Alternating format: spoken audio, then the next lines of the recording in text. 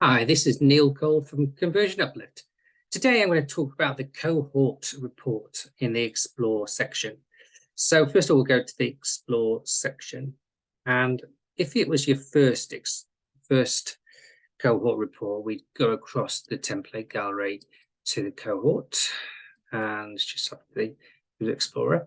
Now, this is a great report for understanding retention strategies and the impact of different campaigns, different strategies on retention, getting users to return to your website.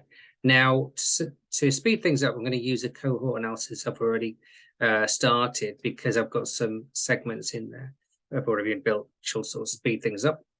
So this is what you'll see when you go into it. You'll see the number of users, or the percentage in this case, which is determined by the metric type. So is it per user or is it sum? So that's the sum. It shows you the number of users that arrived on the site on April the 4th, and how many returned the next day and the day after. Or you can change the week and month, depending on what period you're using. So at the moment, we've got just the last week, the 4th to the April 10th. So what you can do is use segment comparisons for starts. So this is great for campaigns. If you want to look at how campaigns may be affecting the return of users. So for instance, we could look at our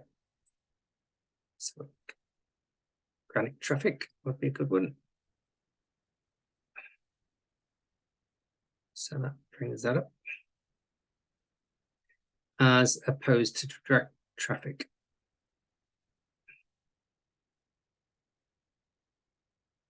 And there you've got two different tables showing the returns from the first day they land on the site. Now, again, you can use sum, or if you want to look at the percentages, because sometimes that's per cohort user, you can look at percentages. Sometimes that's more useful. So we've got organic traffic here, and we can see that generally we've got higher proportion returning for longer, should we say. Initially, direct traffic actually has a higher percentage, but it seems to drop off towards the end of the week. So it's quite different pattern, but these could be different campaigns, for instance. The other thing is you can set it in terms of how you define your cohort. So this is first touch acquisition date at the moment, but you could set it by a transaction, by any sort of conversion event. So that's really important. So you define the objective of the cohort, and the criteria, again, in terms of, do you want them to interact in a particular way, complete a transaction, conversion event, for them to be included. Then you've got daily, weekly, or monthly. Then you've got calculation. So standard calculation means it shows you any user returning for a day or week or month onwards. But you can also try rolling, which essentially means they have to return every day. So it's sort of more pinned down in terms of it's not looking at the total number of returns like the standard is.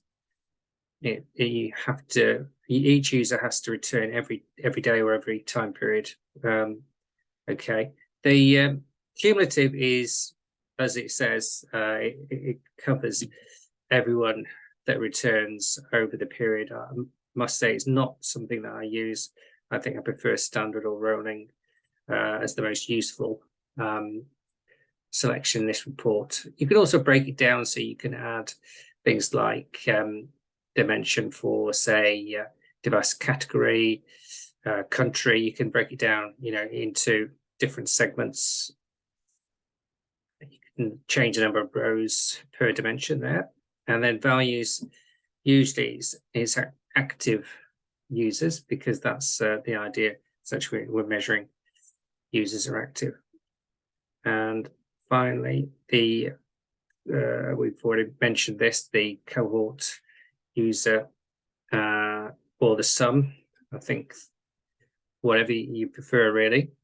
So this is the cohort reports, and it's certainly, if you're changing something, like if you're looking at a campaign, for instance, and you've changed how you communicate the campaign, or you offer incentives or something, it'd be a really good way to look at, see whether it seems to influence users initially landing on the site, and then whether it increases or decreases the proportion or number that return over the period that you're interested in. So that's why it's really useful for campaign and user strategy retention. It's very useful. So hope you found that useful. I'll be putting more videos out soon. Okay, thank you.